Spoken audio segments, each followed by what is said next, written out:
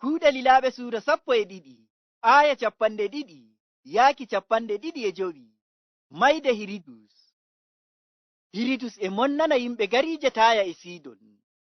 Sey yimɓe gariije ɗen kawriti njahi to maako.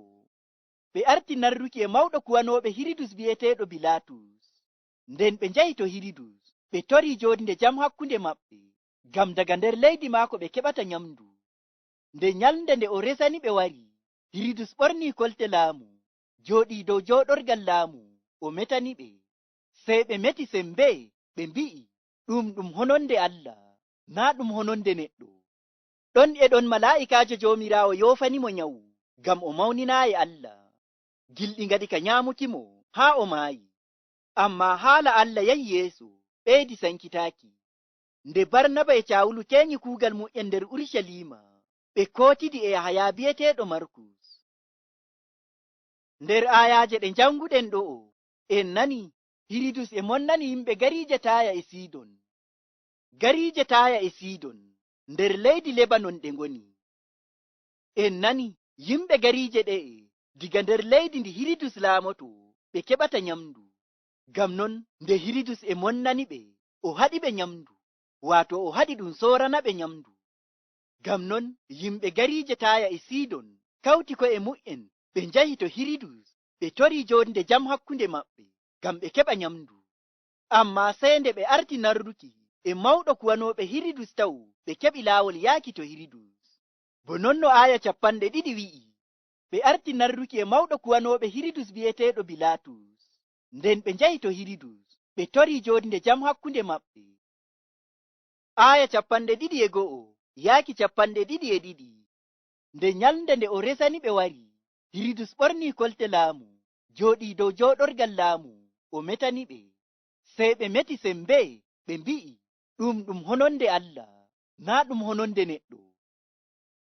En nani nde nyalnde nde Hiridus resani ɓe wari, ɓe ngara ngam o metana ɓe, ɓe narra hakkunde maɓɓe. Sey Hiridus ɓorni kolte laamu muɗum, nden o jooɗii dow jooɗorgal laamu, o metani ɓe. Nde yimɓe ɓen nani no Hiridus metiri, sey ɓe mantimo, ɓe mbi'i, ɗum hononde Allah, naa ɗum hononde neɗɗo. Lallay ɗo e wanginana en Hiridus metanɓe ngam holla teddungal muɗum. Ngam non nde yimɓe ɓe mbi'imo non, o haɓanaayi ɓe, o hollaayi ɓe Allah haani ɗum teddina. Ammaa o jaɓi teddungal ngal ɓe teddinimo, wiiki hononde maako bo hononde Allah. Ɓe mbi'u non bo tan ngam ɓe keɓa nyamdu. Non maa e jaamanu meɗen hande, yimɓe ngaɗa fii kalluɗum ɗum teddinta Allah, ngam ɓe keɓa ko ɓe nyaamata. Aya 23 wi'i, ɗon e ɗon malaa'ikaajo Joomiraawo yoofanimo nyawu, ngam o mawninaayi Allah. Gilɗi ngaɗi ka nyaamuki mo haa o maayi. Kayto, bandiraaɓe am, ɗum fii kalluɗum ɓii Aadama jaɓa teddungal Allah. En nani ɗo nde yimɓe manti Hiridus, ɓe mbi'i o meti bo Allah. Hiridus nani belɗum ko ɓe mbi'i, o jaɓi mawninki ki ɓe mawninimo. Sey ɗon e ɗon Allah lildoy malaa'ikaajo muɗum yoofani Hiridus nyawu, o yani to yeeso maɓɓe, gilɗi ngaɗi ka nyaamuki mo haa o maayi. Haani ndaa Hiridus mawnina Allah, ammaa o mawnini hoore maako bo Allah, ngam non Allah monnanimo, wari mo. Ɗum woni re'irde koo moye neɗɗo mo teddinta Allah. Ɗum bo woni re'irde koo moye neɗɗo kallanayɗo tokkuɓe Annabi Iisaa, sey ni to o tuubii diga halleende maako, Allah nder yidde muɗum e moƴƴere muɗum o yaafantomo. Ngam non bandiraawo am, a teddina hoore maaɗa bo Hiridus laamiiɗo, a hallana tokkuɓe Annabi Iisaa bo Hiridus laamiiɗo. Sey paama ɗo o wiiki, Allah Joomiraawo nanta belɗum ko ngaɗata. En nani no Hiridus laamiiɗo wardi Yakubu e kaafahi, nden o nangi Bitrus e niyya warkimo. Ammaa ɗo en gi'i no Allah Joomiraawo e hoore muɗum wari Hiridus ngam halleende maako. Ngam non bandiraawo am, to a hallana tokkuɓe Annabi Iisaa, sey tuuba diga kuuɗe maaɗa kalluɗe, ngam to natta kiita Allah. Ngam ko to Allah hiitaaki ma e duuniyaaru, lallay nyalnde e wara nde o hiitotoma, waato nyalnde darngal. Aya 24 wi'i, ammaa haala Allah yahi yeeso, ɓeydi sankitaaki. Hande woɓɓe nyuma wiiki, to ɓe kallani tokkuɓe annabi Iisaa, to ɓe mbari tokkuɓe annabi Iisaa, kuugal Allah daroto.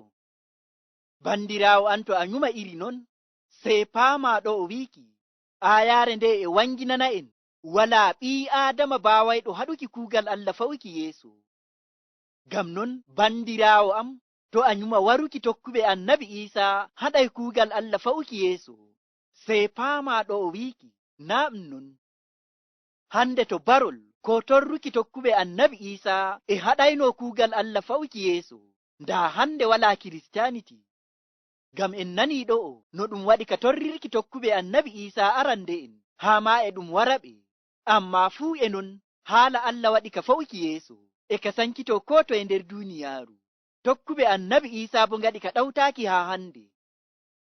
Ngam non, bandiraaɓe am, sey paamen ɗo o wiiki, ɓii Aadama waawata haɗuki kuugal Allah fawuki yeeso.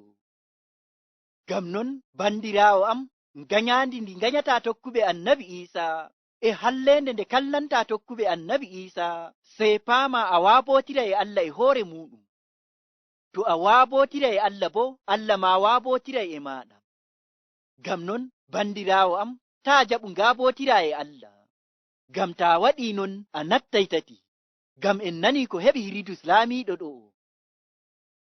Aaya 25. Nde Barnaba e Caawulu keñi kuugal mu'en nder Urusalima, ɓe kootidi e Yahaya bi'eteeɗo Markus. Bo non no janguɗen to gaɗa, en nani tokkuɓe annabi Iisaa gonɓe gariiri Antakiya kawriti ceede ɓe kokkiɗe Barnaba e Caawulu ngam ɓe njaarana bandiraaɓe maɓɓe tokkuɓe annabi Iisaa wonɓe gariiri Urusalima. Ngam non ɗo e wanginana en gaɗa ɓe keñi kuugal nga'al, sey ɓe co'oyi gariiri Antakiya ɓe ngartidoy e Yahaya bi'eteeɗo Markus ngam o walla ɓe kuugal Jawmiraawo.